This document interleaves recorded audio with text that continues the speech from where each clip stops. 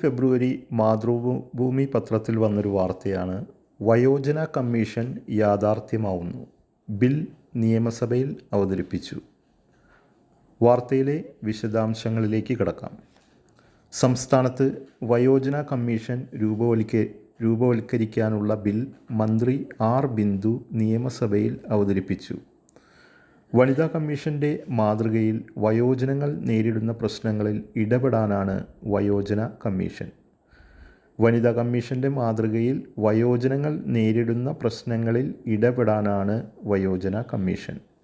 പ്രതിപക്ഷ ബഹളത്തിനിടയിൽ അവതരിപ്പിച്ച ബില്ലിൽ ചർച്ച നടന്നില്ല. സബ്ജക്ട് കമ്മിറ്റിയുടെ പരിഗണനയ്ക്ക് അയച്ച ബിൽ മാർച്ചിൽ പാസാക്കും.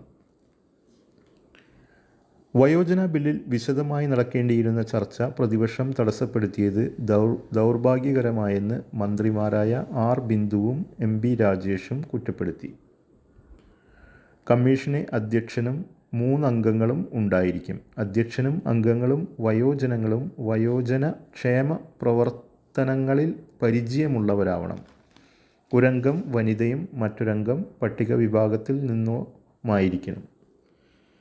അടുത്തത് കമ്മീഷൻ്റെ ചുമതലകളാണ്. വയോജനങ്ങൾ അതിക്രമം നേരിടുന്നതായി പരാതിയുണ്ടായാൽ കമ്മീഷൻ പ്രാഥമിക അന്വേഷണം നടത്തി സർക്കാരിന് റിപ്പോർട്ട് നൽകും.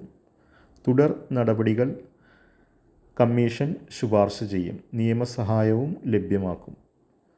ഉപേക്ഷിക്കപ്പെടുകയോ അനാഥരാക്കപ്പെടുകയോ ചെയ്യുന്ന വയോജനങ്ങളെ സംരക്ഷണ കേന്ദ്രങ്ങളിൽ എത്തിക്കാനുള്ള പ്രവർത്തനങ്ങൾ ഏകോപിപ്പിക്കും.